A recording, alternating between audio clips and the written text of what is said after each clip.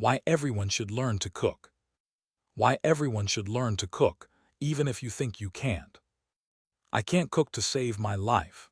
That's what my roommate Jake used to say every time we talked about making dinner. He lived on takeout pizza, instant noodles, and sandwiches for 2 whole years. But guess what? Last week, he invited me over for a homemade pasta dinner that was absolutely delicious. If Jake can learn to cook, trust me, anyone can. Learning to cook isn't just about making food. It's about gaining a life skill that will save you money, improve your health, and maybe even impress your friends. Plus, it's way more fun than you might think. The real reasons people think they can't cook.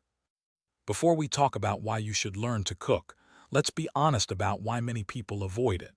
The biggest reason: fear of failure. Nobody wants to spend money on ingredients only to create something that tastes terrible or, even worse, is completely inedible. I remember my first attempt at making scrambled eggs when I was 16. I was so nervous that I kept the heat too low, then got impatient and turned it up too high. The result was a rubbery, overcooked mess that my dog wouldn't even eat. But you know what? That failure taught me something important about cooking eggs, and my next attempt was much better. Another common fear is that cooking takes too much time. When you're tired after work or school, the idea of spending an hour in the kitchen can seem overwhelming. But here's the thing: cooking doesn't have to be complicated or time-consuming. Some of the best meals are also the simplest ones. Many people also think they need expensive equipment or fancy ingredients to cook well. This isn't true at all. You can make amazing meals with just a few basic tools and ingredients you can find at any grocery store. The money magic of home cooking. Let's talk numbers for a minute. The average person spends about $15 on lunch when they eat out. If you bring a homemade lunch instead, you might spend $3 or $4 for the same amount of food. That's a savings of about $10 per day. Over a month, that adds up to $300. My friend Lisa started bringing homemade lunches to work last year. She told me that in the first 6 months, she saved enough money to buy a new laptop. That's pretty impressive for just changing one meal a day. Dinner savings can be even more dramatic. A family of 4 might spend $60 on pizza delivery, but they could make a delicious pasta dinner at home for $15. The homemade version is often healthier and more filling too. But money isn't the only benefit. When you cook at home, you control exactly what goes into your food. No mystery ingredients, no excessive salt or sugar, and no preservatives you can't pronounce. Starting small, baby steps to big flavors. The secret to learning how to cook is to start with simple dishes and gradually work your way up. Don't try to make a fancy 3-course meal on your first attempt. Instead, pick one basic dish and master it. Eggs are perfect for beginners. They're cheap, cook quickly, and there are dozens of ways to prepare them. Once you can make a good scrambled egg, try a fried egg, then maybe an omelet. Each technique builds on what you already know. Pasta is another great starting point. Boiling water and cooking pasta is hard to mess up. Start with simple sauces like butter and Parmesan cheese or olive oil with garlic. As you get more comfortable, you can try tomato sauce or pesto. Rice might seem boring, but it's actually a fantastic foundation for learning. Perfect rice is fluffy and has great texture. Once you master basic rice, you can add vegetables, spices, or proteins to create completely different dishes. The joy of cooking mistakes. Here's something cooking shows don't always tell you: making mistakes is part of the learning process, and sometimes those mistakes lead to happy accidents. Some of the world's most famous dishes were created by accident. I once forgot to add salt to my bread dough. Instead of throwing it away, I decided to use it for garlic bread and added extra herbs and cheese on top. It turned out to be one of the best garlic breads I've ever made. The mild bread perfectly balanced the strong flavors of the toppings. My sister accidentally used sugar instead of salt in her stir-fry sauce. It sounds terrible, right? But it actually created this amazing sweet and savory combination that our whole family now requests regularly.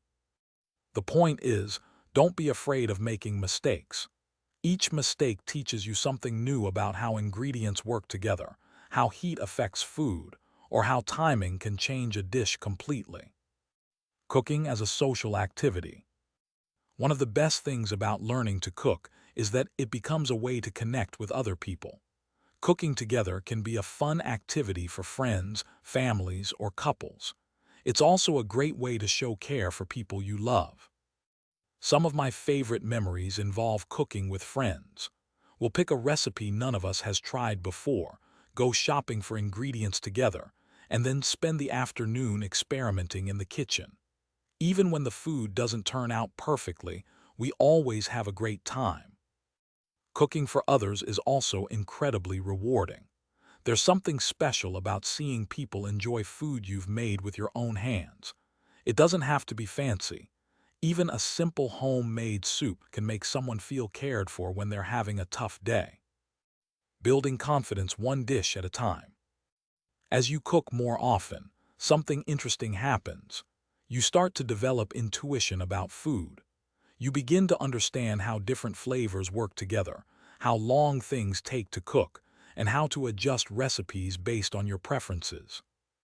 This confidence extends beyond the kitchen too. Cooking teaches you problem-solving skills, patience, and creativity. When you realize you can turn basic ingredients into a delicious meal, it gives you confidence in other areas of life as well. I've noticed that people who cook regularly tend to be more adventurous eaters too. When you understand how food is prepared, you're more willing to try new dishes and flavors. Simple tools for success. You don't need a kitchen full of expensive gadgets to start cooking. Here are the basics that will serve you well: a decent knife, a cutting board, one good pan, a pot for boiling water and measuring cups. That's really all you need for most basic cooking. As you get more interested in cooking, you can gradually add other tools like a wooden spoon, a spatula, maybe a baking sheet. But don't feel like you need to buy everything at once. The most important tool is actually your willingness to experiment and learn from both successes and failures. Why now is the perfect time to start? With so many online resources available, there's never been a better time to learn cooking. You can watch video tutorials, find step-by-step recipes with photos, and even join online communities where people share tips and answer questions. Start with one simple dish this week. Maybe it's scrambled eggs for breakfast or a basic pasta for dinner. Pay attention to what you're doing, taste as you go, and don't worry if it's not perfect the first time. Remember Jake, my roommate who couldn't cook to save his life. He started with instant oatmeal, then moved to scrambled eggs, then simple pasta dishes. Now, just 8 months later, he's making his own bread and planning dinner parties. If Jake can do it, so can you.